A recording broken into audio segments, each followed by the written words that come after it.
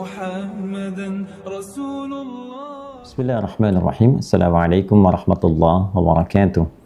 Alhamdulillahi rabbil alamin. Wassalatu wassalamu ala rasulillahil karim nabiyyina wa sayyidina Muhammadin wa ala alihi wa sahbihi ajma'in wa dzurriyyatihi wa ummatihi ila yaumiddin wa ba'd.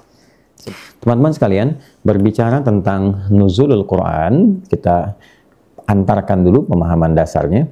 Maka ini terbagi kepada dua proses. Proses pertama yang dimaksud nuzulul Quran, turunnya Al-Quran itu dari sumber utama di Lauh Mahfuz, firman Allah Subhanahu wa taala, 30 juz Al-Quran, 114 surah, diturunkan dari Lauh Mahfuz ke langit dunia.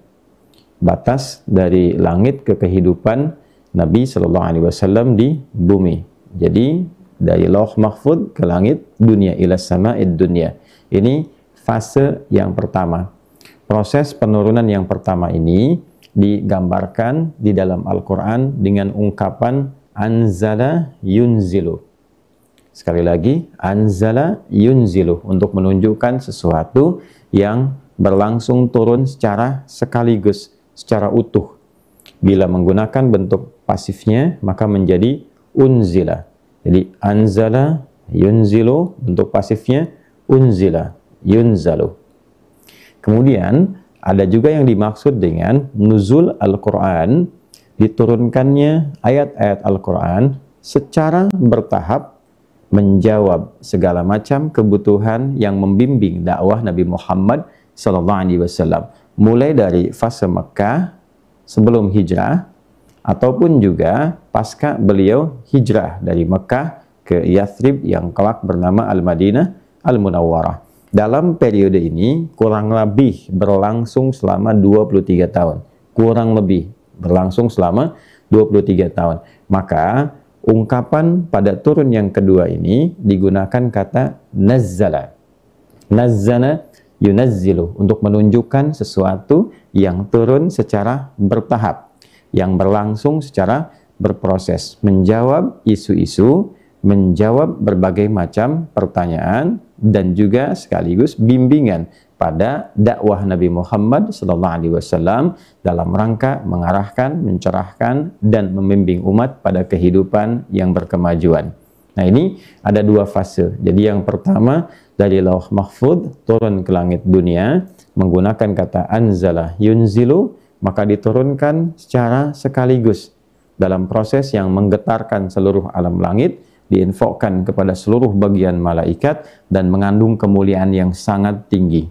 Maka yang kedua, prosesnya dari langit dunia diturunkan bimbingan secara bertahap kepada Nabi SAW sesuai kebutuhan dakwah, yang kelak itu menjadi kurikulum kehidupan, yang kemudian utuh diturunkan 30 juz selama beliau bertugas, yang dengan itu pula kemudian diriwayatkan baik secara lisan, dihafalkan di dada-dada insan orang beriman, dan saat yang bersamaan dikuatkan juga kemudian di era-era berikutnya dalam bentuk kodifikasi tulisan, sehingga terjaga Al-Quran ini utuh baik secara tulisan di mushaf, bentuk mushaf yang sering kita baca ini, ataupun juga dalam dada insan beriman berupa hafalan. Ini keunggulan Al-Quran yang mutlak dijaga oleh Allah Subhanahu wa ta'ala, dan ini tidak ditemukan dalam kitab-kitab manapun.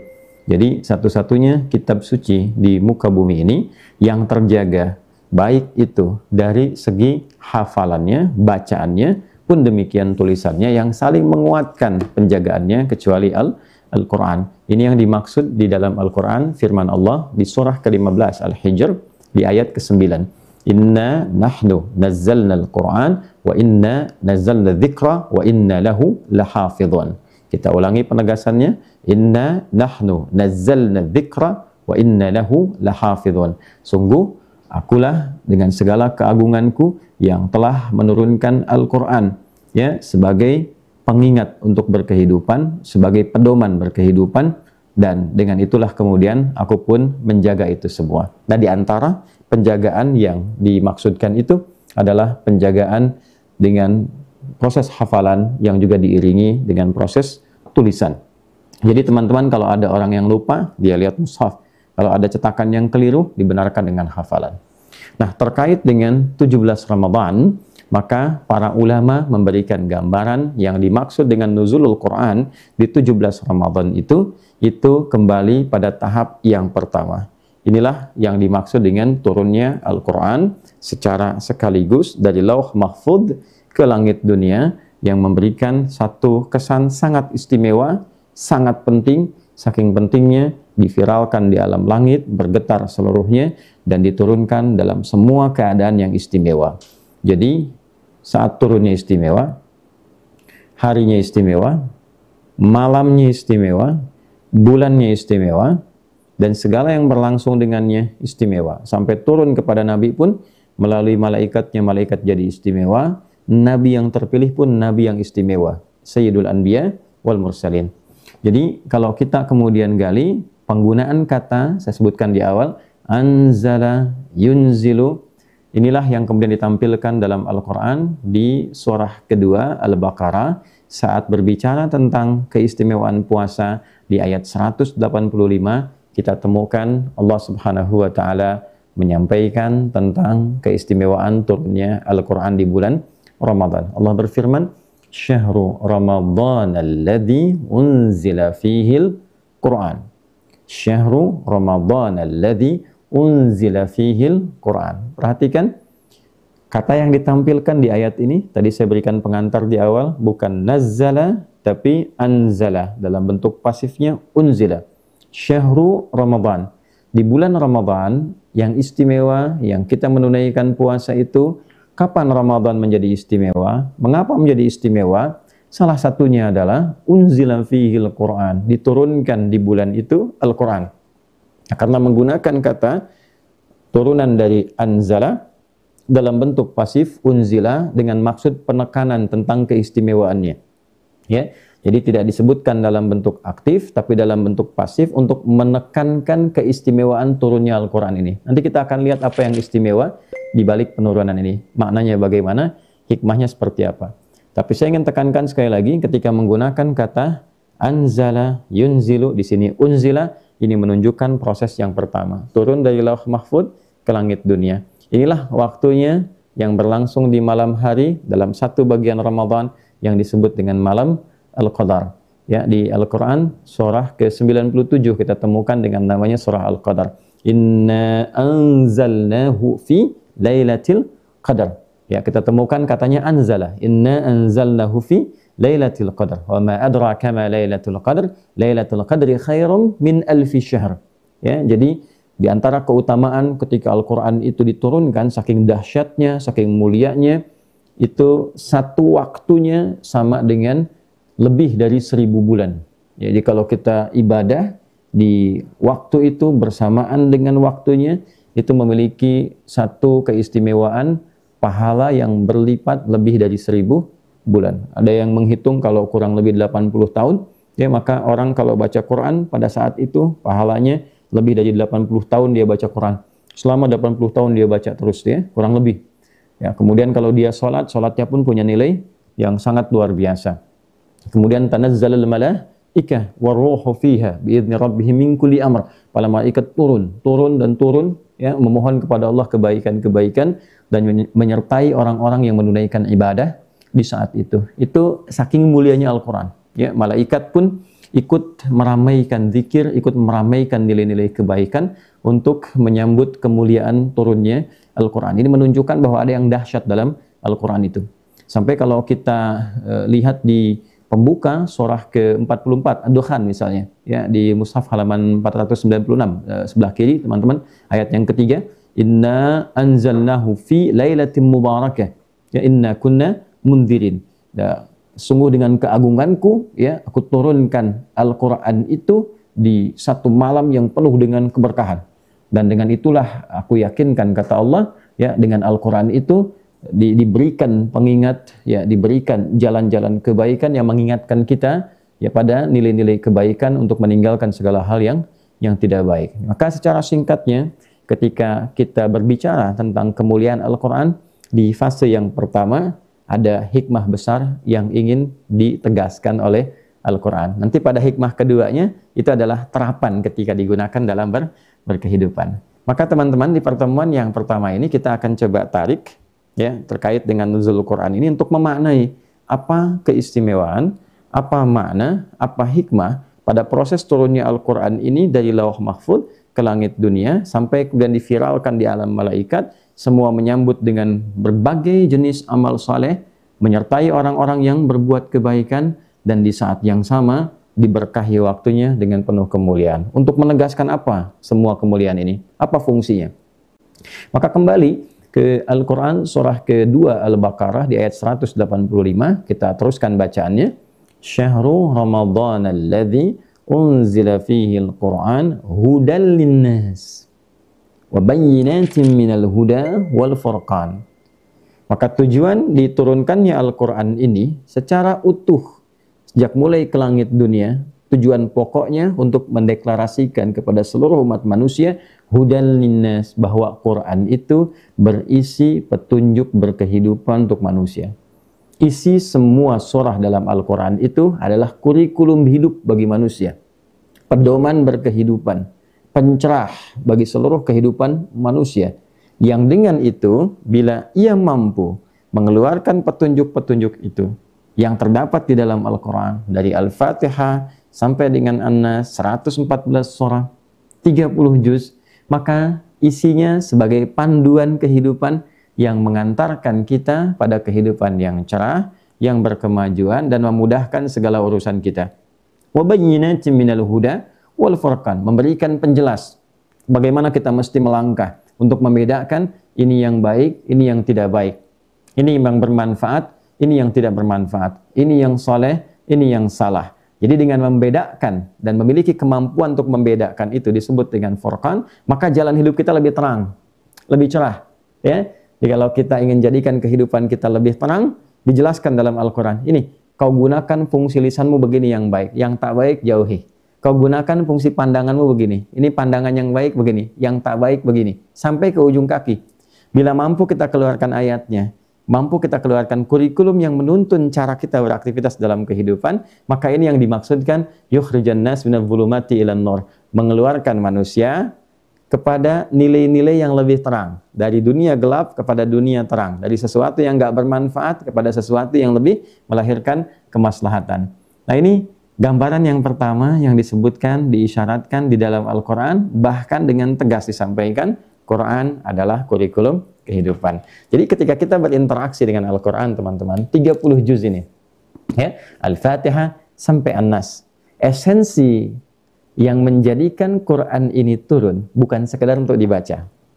Jadi membaca itu adalah gerbang yang mengantarkan kita untuk mengetahui dan memahami isi bacaan. Ya, jadi kita belajar baca itu kan untuk tahu isinya apa, kan? Maknanya apa, petunjuknya apa yang ada di dalamnya. Maka Al-Quran pun demikian. Ya, hanya menariknya karena ini istimewa, firman Allah yang sangat luar biasa, yang terjaga, maka setiap interaksi kita, walaupun dengan bacaan semata dengan Al-Quran, itu sudah melahirkan apresiasi tinggi di sisi Allah yang disebut dengan pahala itu. Nabi menegaskan akan pentingnya bacaan terhadap Al-Quran ini dari nilai pahalanya saja. Man qara'a harfan min kitabillah falahu asyru hasanat atau kama qala Rasulullah sallallahu alaihi wasallam. Siapapun yang mampu membaca Al-Quran, maka setiap hurufnya itu bernilai 10 kebaikan. Walam aqul alif lam mim harfun, walakin alifun harfun, lamun harfun, nun, mimun harfun, walikulli harfin asyru hasanat. Tapi alifnya satu huruf, lamnya satu huruf, mimnya satu huruf, dan setiap hurufnya itu melahirkan 10 kebaikan. Itu baru baca. Nah, tapi nggak sampai di situ. Karena keindahan Ramadan itu orang ingin senang baca Quran. Karena bulannya bulan Quran, orang ingin selalu senang baca Al-Quran. Karena bulan Quran. Makanya agak aneh kalau ada orang Islam beriman ketika di bulan Ramadan nggak bisa baca Al-Quran. Itu orang aneh. Ya. Nah, bahkan para ulama memberikan keterangan-keterangan spesifik tentang itu. Ya. Jadi agak aneh kalau ada orang Islam, sekali lagi, beriman di bulan Ramadan itu tidak tertarik baca Quran, nggak bisa baca Quran, ya, itu agak aneh. Kenapa? Karena Ramadan sendiri menjadi istimewa karena Quran turun di dalamnya, sehingga disebut bulannya Al-Quran. Ya, para ulama itu berlomba-lomba baca Al-Quran, mengkaji apa? Al-Quran. Nah, dengan kita mulai terbawa untuk berinteraksi dengan Al-Quran setelah bisa baca, ya kan? Maka yang kedua adalah kita berusaha menempatkan Al-Quran sebagai kurikulum kehidupan. Caranya bagaimana? Karena ini panduan hidup, ya kan? Selama berkehidupan di dunia sampai kita kembali ke akhirat, maka keluarkanlah secara singkatnya ayat-ayat Al-Quran yang beririsan dengan aktivitas kehidupan kita. Nah, itu caranya. Ya, jadi memosisikannya bagus, membaca bagus, ada pahalanya. Menghafal lebih bagus, ya, supaya bisa dibawa dalam berkehidupan. Tapi ini akan terasa kenikmatannya, Al-Quran ini akan terasa mukjizat dan kebenarannya kalau kita keluarkan kurikulumnya yang memandu aktivitas kehidupan kita. Misal gini, ini yang belajar yang gampang dulu ya. Kita keluarkan di dalam Al-Quran panduan tentang memfungsikan anggota tubuh kita. Tadi saya antarkan di awal. Ya, apa ayat-ayat yang berkaitan dengan pikiran. Bagaimana berpikir itu bisa baik. Bukan hanya positive thinking. Ya, menghadirkan dugaan-dugaan yang positif untuk memberikan motivasi kepada diri agar semangat mengerjakan sesuatu, ya kan? Yang disebut dengan husnuzan itu, ya, bukan hanya tentang cara berpikir yang positif dalam arti menguatkan diri, membangun motivasi, tapi juga bagaimana memfungsikan akal ini supaya berpikir benar. Ya, akalnya sehat kalau dalam bahasa sekarang. Akal yang sehat itu bagaimana? Di Quran itu lengkap. Ada tafakkur, mengkonstruksikan akal pikiran itu sesuai dengan giat kita. Merumuskan kegiatan sebelum dikerjakan. Gunakan akalnya. Hari ini saya akan merencanakan apa? Kira-kira tantangannya bagaimana? Ya kan? Menghadapinya seperti apa? Itu Quran tuh sampai bicara seperti itu. Kemudian setelah itu bagaimana? Ya, analisisnya menggunakan tanadzur, riset. Pekerjaan-pekerjaan ini akan menghasilkan kebaruan apa? Novelty-nya apa? Manfaat bagi diri sayanya apa? Kemudian tadabbur, mempelajari dampak dari satu kegiatan. Kalau ini dikerjakan seperti ini, dampaknya akan bagaimana? Ya? Setelah itu tadzakkur, bagaimana mengkorelasikan kegiatan duniawi kita tersambung dengan ingatan kita kepada Allah sehingga punya nilai di hadapan Allah untuk pulang. Sampai segitunya. Itu tadzakkur. Ya, dipersingkat nanti ada zikir dan fikir. Bagaimana fikir itu mengoneksikan diri kita, ya, secara aklani, akal kita secara intelektual dengan zikir, ketersambungan dengan Allah sang pemberi akal ini. Supaya punya nilai di hadapan Allah. Jadi ketika berpikir pun itu ada pahalanya. Ya, terbayang nggak? Berpikir itu ada pahalanya. Dan ketika pikiran dikeluarkan dari knowledge, dari pengetahuan, ya, kemudian menjadi sebuah karya, karyanya pun jadi nilai ibadah. Dan itu yang dilakukan para ulama kita dulu. Itu baru dari pikiran. Ya, sehingga Anda bisa bayangkan dari orang yang hidup di zaman jahiliyah, ya, titik kriminal paling rendah ya di masa itu gitu, tiba-tiba dengan pedoman Al-Quran ini bisa mengantarkan mereka pada status khairu ummah, orang terbaik yang pernah berkehidupan di bumi. Berubah dari cara berpikirnya, cara merumuskan sesuatu, cara mendedikasikan karya. Setiap karya itu ada manfaat dan viral sampai sekarang, melewati zamannya. Ya, bagaimana seseorang yang betul-betul memaknai Al-Quran dengan baik, mengamalkan petunjuknya sesuai dengan kebutuhan hidupnya, maka karyanya pun itu melampaui zamannya. Diingat ia bahkan melampaui batas usia kehidupannya. Ini teman-teman, setelah nanti dari akal pikiran tembus misalnya ke pandangan. Apa ayat-ayat Al-Quran yang bicara tentang mata? Bagaimana mata ini dibimbing untuk memandang, untuk melihat. Ini yang harus dilihat. Ya, kalau kira-kira tak pantas untuk dilihat, begini cara memalingkannya.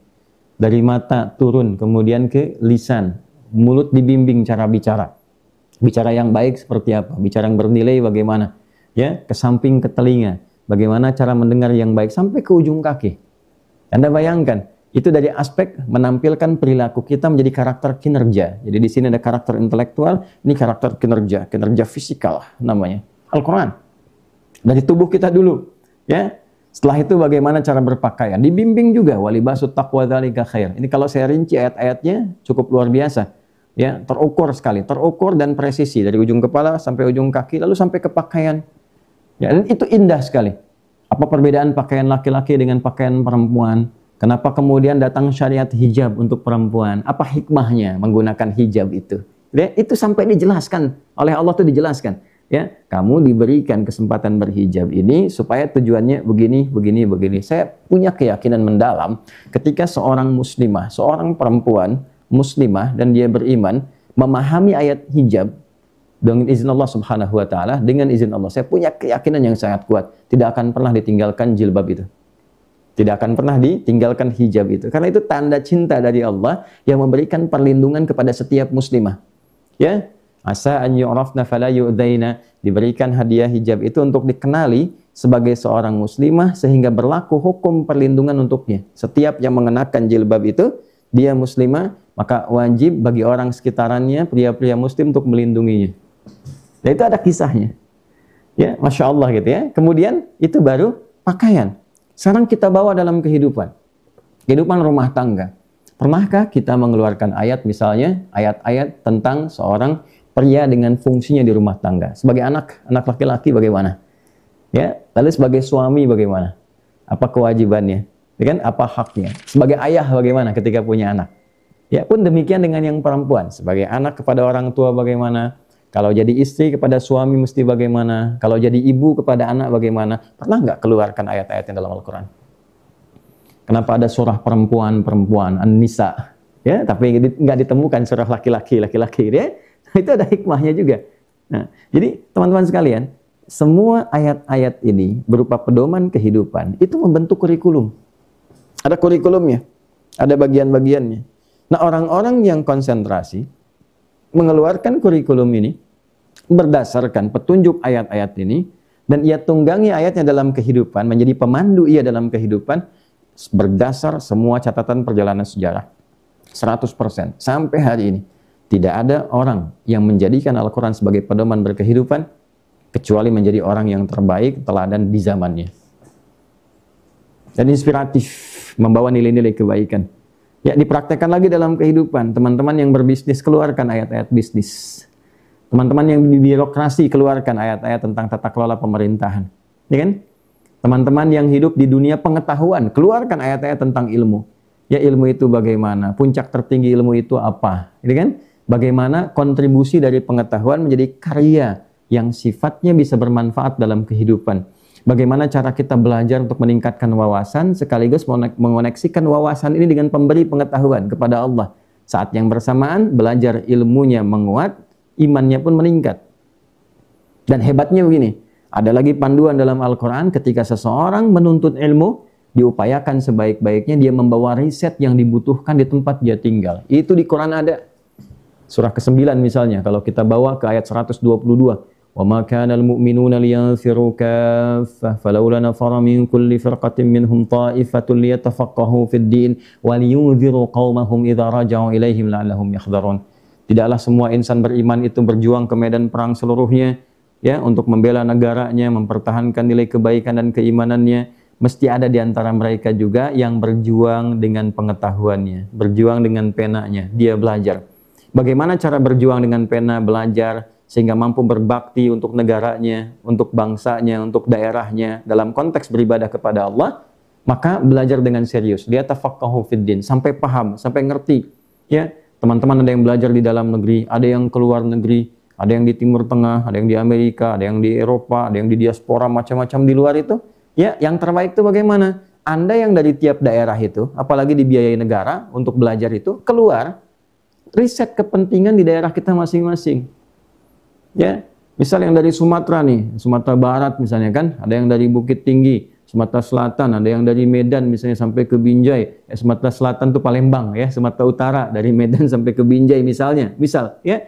Nah, ini ketika berangkat keluar, apa keperluan di Bukit Tinggi? Riset.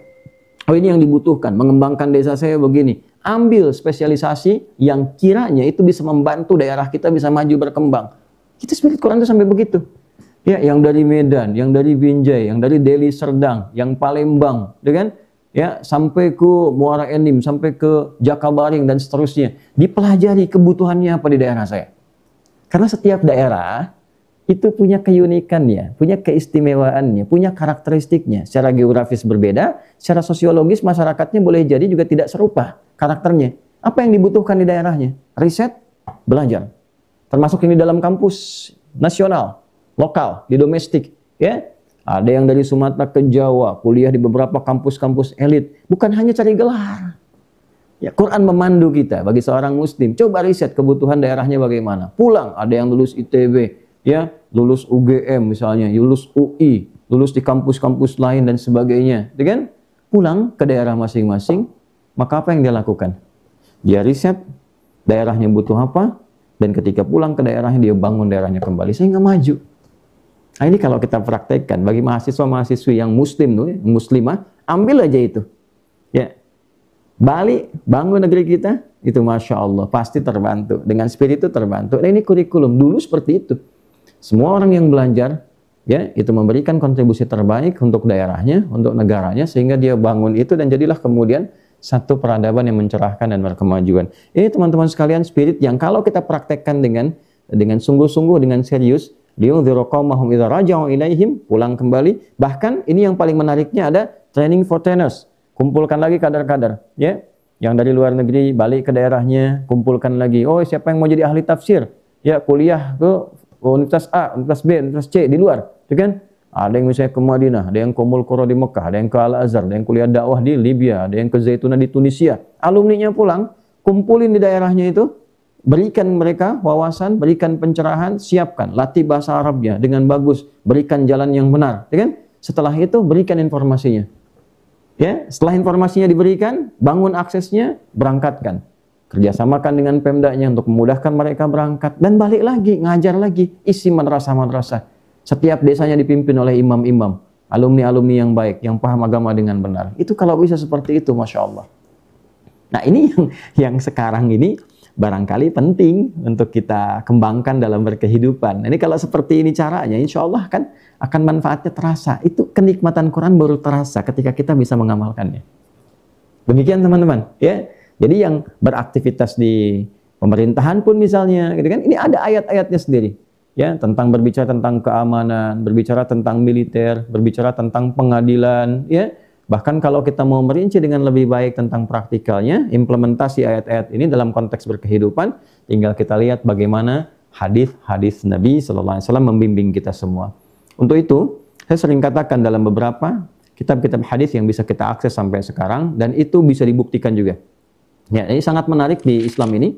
Al-Qur'annya punya sanad, transmisi riwayat yang tersambung sampai ke Nabi SAW, dari Nabi tersambung juga riwayatnya sampai ke Rabbul Alamin, Allah Subhanahu wa Ta'ala. Dalam hadis pun saking ketatnya penelitian informasi itu, bagaimana taunya itu berita yang disampaikan Nabi, itu pun ada jalur periwayatnya yang bisa kita akses. Setiap orangnya bisa diketahui dari si fulan hidup atau tidak, ya, di era kapan dia hidup, bagaimana perilakunya, itu sampai buku-bukunya pun, ya, itu dikodifikasikan, ditulis oleh para ulama untuk menjelaskan kepada kita demi menjaga kemurnian sumber ajaran agama ini. Maka di antara mereka ada orang yang sangat serius mengumpulkan hadis Nabi, di antaranya Al-Imam Al-Bukhari, Muhammad bin Ismail bin Ibrahim, ya, bin Al-Mughirah bin Al-Bardizbah, tinggal di Kecamatan Ju'fa, Kabupaten Bukhara, Provinsi Khorasan, negaranya Uzbekistan sekarang, dikenal dengan Imam Al-Bukhari. Maka beliau mencoba merumuskan ini ayat-ayat Quran secara tematik yang dipadukan keterangannya lewat hadis-hadis Nabi Muhammad SAW. Maka dikolektifkan ayat-ayat ini dengan hadis-hadis itu dalam bentuk tema-tema kehidupan. Disebut kitab jami' namanya. Ya, kitab jami', tema-tema umum tentang kehidupan. Maka dibuat 97 topik. Ya, 97 topik, diberi nama setiap topiknya terkait kebutuhan hidup kita dalam praktek yang pernah dicontohkan oleh Nabi SAW. Al-Jami' As-Sahih Al-Mukhtasar Al-Musnad bin Umuri Rasulullah SAW wa sunanihi wa ayyamihi. Ini kitab petunjuk tentang berkehidupan, isinya kurikulum hidup, 97 topik. Saya telah teliti validitasnya, tersambung sampai ke Nabi, disebutkan orang-orangnya, si fulan, dari masa beliau hidup, dia terima dari siapa, dilacak sampai kepada Nabi SAW. Ini berisi petunjuk dari perkara-perkara yang pernah diajarkan Nabi, yang mampu diakses oleh Imam Al-Bukhari melalui jalur tadi, dan kehidupan hariannya. 97 topik. Kitab Bad'ul Wahyi, topik pertama tentang legitimasi kenabian. Ya, supaya kita mengerti yang bicara ini Nabi. Dari mana taunya Nabi, dijelaskan tanda-tandanya. Ya, ada hadis-hadisnya, ada ayat, ada hadisnya. Kitabul Iman. Setelah itu kita yakin bagaimana cara menguatkan keyakinan, menjaga supaya tidak turun, tidak lemah imannya, dinaikkan dan dijaga supaya tidak turun bagaimana. Maka kita temukan hadis-hadisnya. Ini ayatnya, ini hadisnya. Ada subtopik, ada ayat, ada hadis. Kitabul Ilmi, topik yang ketiga, bagaimana cara belajar dengan benar. cara menghadirkan pengetahuan. Itu ayatnya dibuat topik dulu, subtopik, ayatnya, hadisnya. Ya, setiap subtopiknya itu ada. Sampai ke waktu belajar yang efektif itu kapan? Ya, belajar bagi perempuan itu bagaimana? Dan Anda silahkan cek orang-orang yang mengamalkan petunjuk ayat-ayat ini dan bagaimana Nabi memberikan bimbingan mengimplementasikan ayat ini dalam kehidupan di bidang pengetahuan. Tidak Anda temukan kecuali orang itu jadi begawan pengetahuan di eranya. Silahkan dicek. Orang-orang yang dikenang dalam sejarah sebagai ulama-ulama hebat, begawan pengetahuan, punya karya yang gemilang, berkontribusi pada peradaban, rata-rata mereka dari sejak dini sudah mengenal Al-Quran dan menghafalkannya. Dan terinspirasi dari ayat-ayat itu untuk menemukan kebaruan-kebaruan. Silakan Anda cek. Ya, Al-Ghazali, Al-Farabi, Al-Kindi, Al-Khawarizmi, Al-Battani, ya, dan sebagainya. Itu orang-orang ini adalah orang-orang luar biasa yang rata-rata mereka dari kecil sudah hafal Quran. Ya, nah ini hal-hal yang bisa kita temukan saat puasa misalnya sekarang. Ya, ada di topik ke-30, Kitabus Shaum. Topik ke-30 dipecah lagi menjadi 69 subtopik. 69 subtopik itu ada ayatnya, ada hadisnya, ada ayatnya, ada hadisnya, sampai 121 hadis kita akan temukan insya Allah dalam Sahih Al-Bukhari. Ya, jadi bisa dibayangkan teman-teman sekalian, ini panduannya runtut sekali. Jadi cara kita berinteraksi dengan Al-Quran, cara kita berinteraksi dengan hadis, perspektifnya mesti dirubah sekarang. Ya, jadi bukan hanya menempatkan Al-Quran sebagai kitab bacaan. Yang lebih tragis lagi kalau cuma disimpan, ya, mahjura, ya, disimpan aja, jadi koleksi, ya, jadi hiasan yang jarang dibaca, jarang diakses. Kita rubah cara berpikirnya, kita rubah perspektifnya. Ini kurikulum hidup. Mulai sekarang, profesinya apa? Keluarkan. Ya, saya profesinya hakim, saya polisi, saya tentara, saya diplomat, ya, saya di anggota dewan. Turunkan supaya mengerti itu. Ayatnya apa? Ya, hadisnya apa yang membimbing itu? Kalau susah, kitabnya banyak sekarang. Buku-buku para ulama, gampang sekali membukanya. Yang di bisnis, Kitabut Tijarah, kan? Ya, pembahasan tema tentang bisnis keluarkan. Ada ayat-ayatnya, ada hadisnya, bagaimana bisnis yang berkah, bagaimana cara meraihnya, zikirnya apa, implementasinya bagaimana, kalau menghadapi tantangan dalam dunia bisnis seperti apa, ya kan? Mulai tantangan yang tidak wajar, ya, kadang-kadang ada yang persaingan tidak sehat, dan ingin menghancurkan, ya, seperti apa mengelolanya supaya hal itu menjadi baik. Bagaimana mengelola diri supaya tidak iri dengan penghasilan orang lain, paham tentang bab rizki, itu ada semua, runtut. Ya? Nah, nanti di pemerintahan misalnya, ada di Sahih Muslim itu Kitabul Imarah, tata kelola pemerintahan, dipecah lagi. Ya, sampai kalau kita lihat di Kitabul Imarah itu ada bimbingan hadis-hadis tentang penanganan korupsi kalau kita sekarang, tugas KPK lah ya, kalau kita lihat itu, ada. Ya, motivasi orang itu melakukan korupsi itu apa? Bagaimana orang itu tidak terjebak dalam dunia korupsi? Apa hukum orang nyogok dengan disogok? Gitu kan? Ya, bagaimana menghindari sikap-sikap demikian, membentuk karakter menjadi integritas secara moral yang baik, bagaimana itu ada semua itu. Ya, makanya jarang kita temukan kisah orang-orang dulu yang benar mengamalkan isi Quran itu terjebak dalam dunia kriminal, itu sangat jarang. Jarang sekali. Ya. Nah, demikian teman-teman sekalian memposisikan nuzul Al-Quran bukan hanya sekedar kita memperingati secara formalitas, ya, mengenang kembali Al-Quran, pernah diturunkan, dijaga sampai sekarang, itu sudah selesai hatam semua. Hatam informasi itu. Yang belum hatam itu bagaimana mengkonstruksikan semua kurikulum itu menjadi panduan kehidupan yang kita amalkan. Baru terasa Quran ini menjadi mukjizat ketika kita bisa mengamalkan itu. Yang sesungguhnya. Ya, baru dibaca pun terasa mukjizatnya, dihafalkan pun terasa mukjizatnya, tapi baru terasa kenikmatannya ketika diamalkan isinya. Nah, inilah teman-teman bagian yang pertama tentang nuzul Al-Quran itu ketika kita sebutkan 17 Ramadan waktu turunnya Al-Quran dengan peristiwa Anzala, maka nanti bimbingan Anzala ini pada bagian keduanya saya tidak akan pecah menjadi episode yang kedua. Pada hari ini saya tuntaskan dengan singkat. Maka ketika ini diturunkan dari langit dunia ke Nabi Muhammad SAW, ya, melalui diantaranya malaikat Jibril alaihissalam, maka beliau ketika ditunjuk oleh Allah untuk menurunkan Al-Quran pada Nabi Muhammad SAW, naik status menjadi para pemimpin malaikat, namanya Ruhul Amin, ya kan?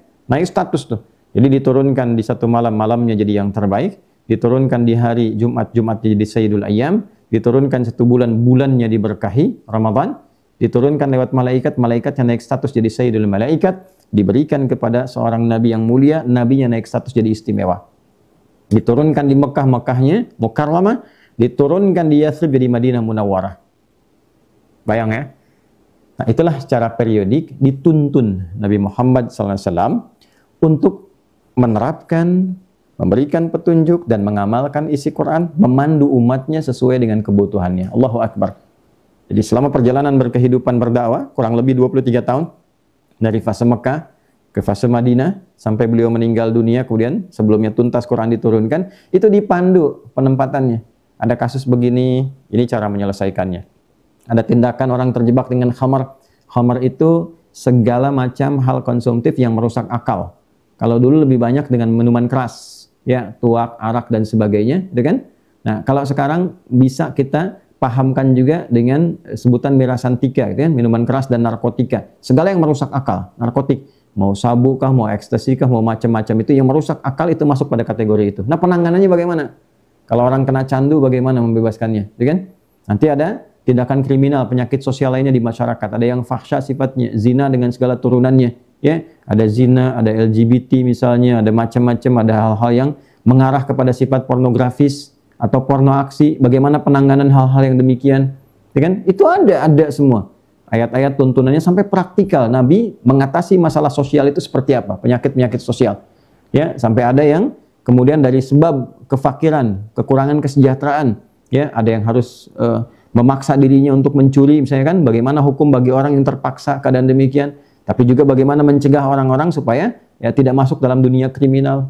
Nah, itu petunjuknya ada semua. Ya, jadi kalau kita bisa coba gali itu dengan petunjuk yang terangkai. Jadi apa sih yang kurang lengkap dalam kehidupan Nabi itu? Orangnya ada, sejarahnya jelas, situsnya sampai sekarang masih ada. Dari tempat lahirnya Nabi masih ada sampai sekarang. Ya, sampai makamnya pun meninggalnya di mana, posisinya di mana ada sampai sekarang. Anda bayangkan, perjalanannya jelas. Tidak ada satu manusia pun yang dibahas dari mulai sebelum lahir sampai meninggal dunia, bahkan setelah meninggal, kecuali Nabi mulia Muhammad SAW. Anda silahkan cek. Ya, sebelum lahir itu sudah dibahas. Kakeknya siapa? Anda bayangkan, kakeknya siapa? Ayahnya siapa? Ibunya siapa? Pamannya siapa? Paman yang baik bagaimana? Yang kurang baik bagaimana? Itu kan? Ketika terlahir, dari mulai lahirnya kapan? Kejadian dunia ketika beliau lahir seperti apa? Silahkan dicek dari penamaannya. Dari mulai tumbuh, ya, dari tumbuh diasuh oleh siapa? Diberikan ASI oleh siapa? Nggak ada orang yang dalam hidupnya diriwayatkan selengkap ini. Ditulis oleh banyak pihak, diriwayatkan secara lengkap. Tidak ada yang seperti ini. Ini menunjukkan ini bukan manusia biasa. Ini Nabi, ini Rasul. Nabi, Rasul. Karena sifat manusia akan punya fitrah kemanusiaan. Dia ditulis dengan nilai-nilai kemanusiaan. Ya, tapi ketika Nabi, ketika Rasul, maka Allah yang menggerakkan lingkar sekitar kehidupannya untuk mendokumentasikan perjalanan kenabian dan kerasulannya untuk menguatkan bahwa inilah seorang utusan, bukan manusia biasa. Dan hebatnya, setiap bagian dari paragraf kehidupan beliau itu, alinea perjalanan dakwahnya itu terangkum, tertuliskan, terdokumentasikan secara sempurna dan melewati masa-masa kehidupan beliau.